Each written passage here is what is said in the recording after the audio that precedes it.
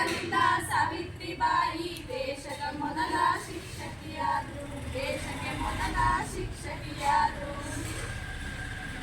ತೆರೆದ ಶಾಲೆಯ ಹೆಣ್ಣು ಮಕ್ಕಳಿಗೆ ಹೊರಟಾಗ ಅವರು ಬೋಧಿಸಲು ಎರಚುತ ಸಗಣಿಯ ಕೆದರಿಸಲು ಯತ್ನಿಸಿತು. ಜನರು ಸೋತು ಹೋದರು.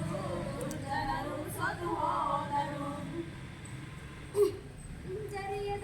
ಕೆಲಸ ಮಾಡಲು ಬೆಂಬಲ ನೀಡಿದ್ರು ಒಲೆಯವರು.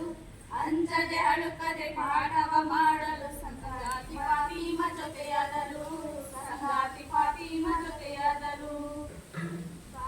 ವಿವಾಹ, ವಿಧವ ಸಮಸ್ಯೆ, ಬಾಲಕಿಯರ ಗರ್ಭಪಾತ ಎಲ್ಲವ ಕಂಡು ನೊಂದ ಅವರು ಬಾಲ್ಯಕಾಶ್ರಮವ ಕಟ್ಟಿದರು.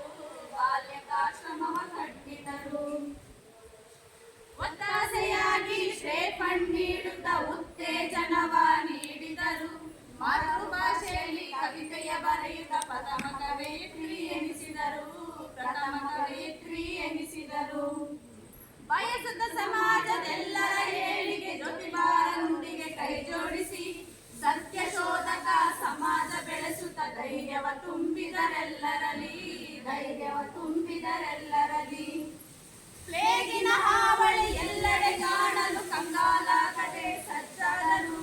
ರೇಖಿಯ ಸೇವೆಯ ಮಾಡುತ್ತಾ ಇದ್ದಾಗ ರೋಗಕ್ಕೆ ತಾವೇ ಬಲಿಯಾದರು. ರೋಗಕ್ಕೆ ತಾವೇ ಬಲಿಯಾದರು. ಸೇವೆಯ ಮಾಡುತ್ತಾ ಬದುಕಿನುದ್ದಕ್ಕೂ ನವ ಸಮಾಜದ ಕನಸ ಕಂಡರು. ಅವರ ಹಾದಿಯಲ್ಲಿ ನಡೆಯುತ್ತ ನಾವು ನವ ಸಮಾಜವ ಕಟ್ಟೋಣ. ಅವರ ಸಾವಿತ್ರಿಯ ನೆನೆ